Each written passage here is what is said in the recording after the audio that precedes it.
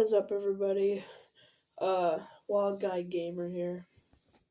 Today, we're going to be reacting to 90s TV, Legends of the Hidden Temple by Brewstew Films. Here we go. Alright, now I don't know about you, but one of my favorite shows is...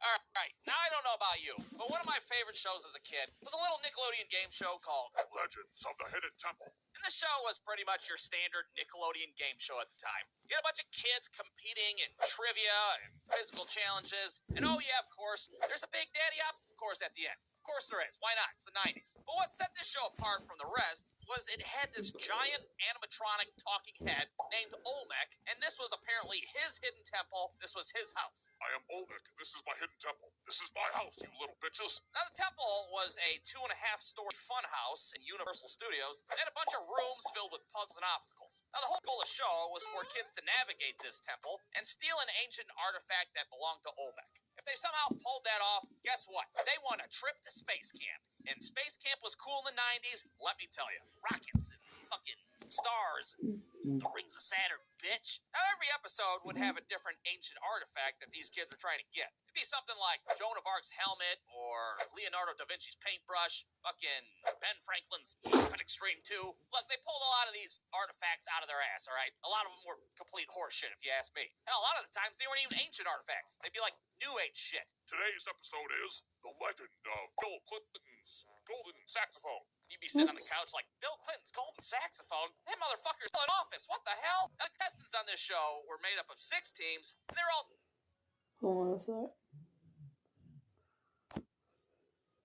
named after colored animals. You'd have teams like the Blue Barracudas, which was America's favorite team, we can all agree. And then you'd have teams like the poop-ass Purple Parrots, which everybody hated because they always sucked ass. I don't know if they did it on purpose, but it sure seemed like all the shittiest kids were always on the Purple Parrots. There'd be like a cross-eyed kid, some kid with a fucking gimpy polio leg and shit. Yeah, pretty shitty odds in Vegas, if you ask me, on the fucking Purple Parrots. They sucked ass. Now, the show was hosted by a guy named Kirk Fogg. And ladies and gentlemen, I have to say, that's the shittiest name I ever heard of. Those fucking syllables don't go together. What the hell is that name? Can you believe some mother at some point in time looked at her newborn baby and was like, oh, he's the most precious thing in the world? I think I'll name him Kirk Fogg. Yeah, Kirk what the Fogg. hell is that all about? Kirk Fogg is crazy. Anyways, Kirk Fogg would run out there and introduce the show to the live studio audience. Welcome to the Legends of the Hidden Temple. I'm your host, Kirk Fogg. Boo! Your name fucking sucks. Now, the show was broken down into 4 segments. The first being the moat crossing, where kids would have to cross this waist-deep water in some sort of shitty, haphazard way. All right, everybody's got to cross the moat using these shitty little boogie boards. Any questions? I'm in a wheelchair, and she doesn't have any arms. Shut the fuck up, Purple Parrots. Nobody asked your ass. Ready, set, go. Now, this was kind of wild, because only the 4 fastest teams got to move on. That means a third of the teams got eliminated within 2 minutes of the goddamn episode. Well, that's bad news for the Silver Snakes that are both fucking asthmatic. These names sound very weird. I don't know if it's just a generational thing or what, but these names are fucking weird. Like, why not pick something cool like the Flaming Fireballs or the, I don't fucking know. Didn't even make it halfway across. And it's even worse news for the shitty Purple Parrots, who were probably fucking face down in the water dead at that point. Their parents would be up in the stands like, oh, what the hell? We're done already? God damn it, Travis, I had to take out a HELOC on our house to afford this trip to Florida. What the fuck? But hey, in true Nickelodeon fashion, at least they get some shitty consolation prizes, which was either a Looney Tunes wristwatch, or I shit you not, a goddamn bottle of chocolate syrup. What the hell? What the... Chocolate syrup? Travis, what did he fucking do? Now, the 4 remaining teams would then move on to the next segment. The Step of Knowledge. Now, if you had to, like, take a shit while watching this show, well, the Steps of Knowledge was a good segment to go ahead and take care of that, because it was just basic, boring-ass trivia. Olmec would be up there telling this long-winded fucking story about the ancient artifact. Bill Clinton enchanted all of America with his golden saxophone. He also invented the state of Arkansas, and he was half man, half penis. Then all of a sudden, boom, pop quiz time. You get a question right, you move down a row of the fucking Steps of Knowledge. The 2 teams that reach the bottom get to move on. How many women did Bill Clinton sleep with in 1996? 36. Every single one? That is correct.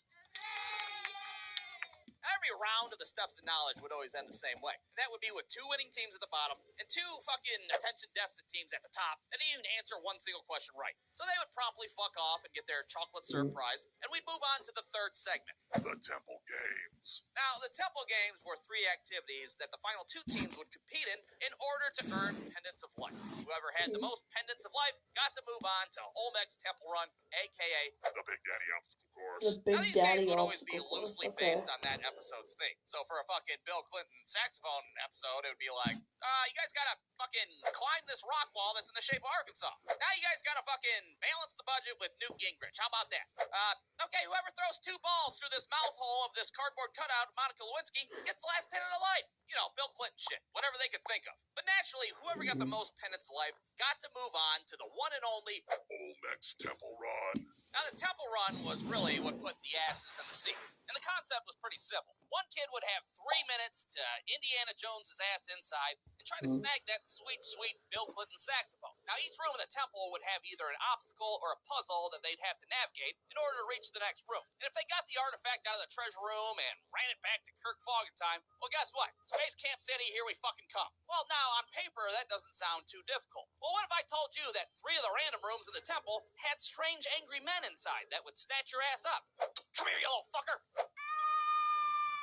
Oh, fuck, yeah, that's a little bit different then. Yeah, those would be the temple guards, and you did not want to screw around with them. Now, luckily, if you had one of your pendants of life from the temple games, well, they would snatch that up instead of your little 11-year-old ass. But God forbid if you didn't have a temple of life pendant, well, they would fucking physically remove you from the premises and carry you off like a piece of luggage. Now, what they did with those kids, I have no idea. Pretty sure they would just boot them out in the Universal Studios parking lot like, fuck off, you lose. No space camp for your ass. Regardless, it was now time for the other teammate to run into Olmec's temple. Now, I don't know about you guys, but it sure seemed like hardly any kids ever won the temple run. After doing my research for this shitty little cartoon, I found out there was only a 26% success rate. 26% of kids fucking beat the goddamn temple run and got to go to space camp. Do you know how many potential astronauts we missed out on because Nickelodeon couldn't ease up on the fucking temple run? We could have a colony on Mars right now, for Christ's sake. Thanks a lot, Nickelodeon, you piece of shit. But instead, just about every episode of Legends of the Hidden Temple ended the same way. And that would be with the final kid looking like a complete fucktard in the shrine of the Silver Monkey Room. This was the most detrimental fucking room in the whole Hidden Temple. And all you had to do was assemble a 3-piece monkey statue. You had the ass, you had the body, and you had the head.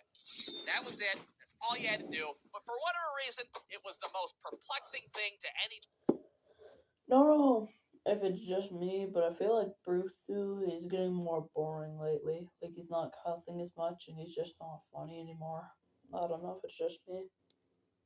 Child in the 90s. Kirk Fogg would be down there trying to help the kid and shit. Now you got the ass on top. The ass is on top of the head, you stupid idiot. Even Olmec would be chiming in there like, the ass is on top of the head. Have you ever seen an actual fucking monkey before? What the fuck? And then eventually, of course, time would run out, and that was it. Game over. The kid would have to take the walk of shame back to Kirk Fogg. They'd bring in the other asshole from the parking lot, and they'd both get their shitty consolation prizes. Fucking Jansport book bags filled with Hershey chocolate syrup. Whoopity-doo. Ah, well, shit. Looks like nobody's going to space camp. Fuck you guys. I'm your host, Kirk Fogg. Woo! Shitty name. That's a shitty name. We'll see you again next time on the Legends of the Hidden Temple. And that was it. That was your basic episode of the Legends of the Hidden Temple. At least the way that I remembered it when I was a kid. Now, if you guys like this episode, maybe I'll keep this series going. And maybe, perhaps, I won't wait 2 fucking years in between episodes. Wouldn't that be nice? Because I still want to talk about shows like The Supermarket Sweep. And hell, maybe even fucking American Gladiators. Because honestly, what the fuck was that show?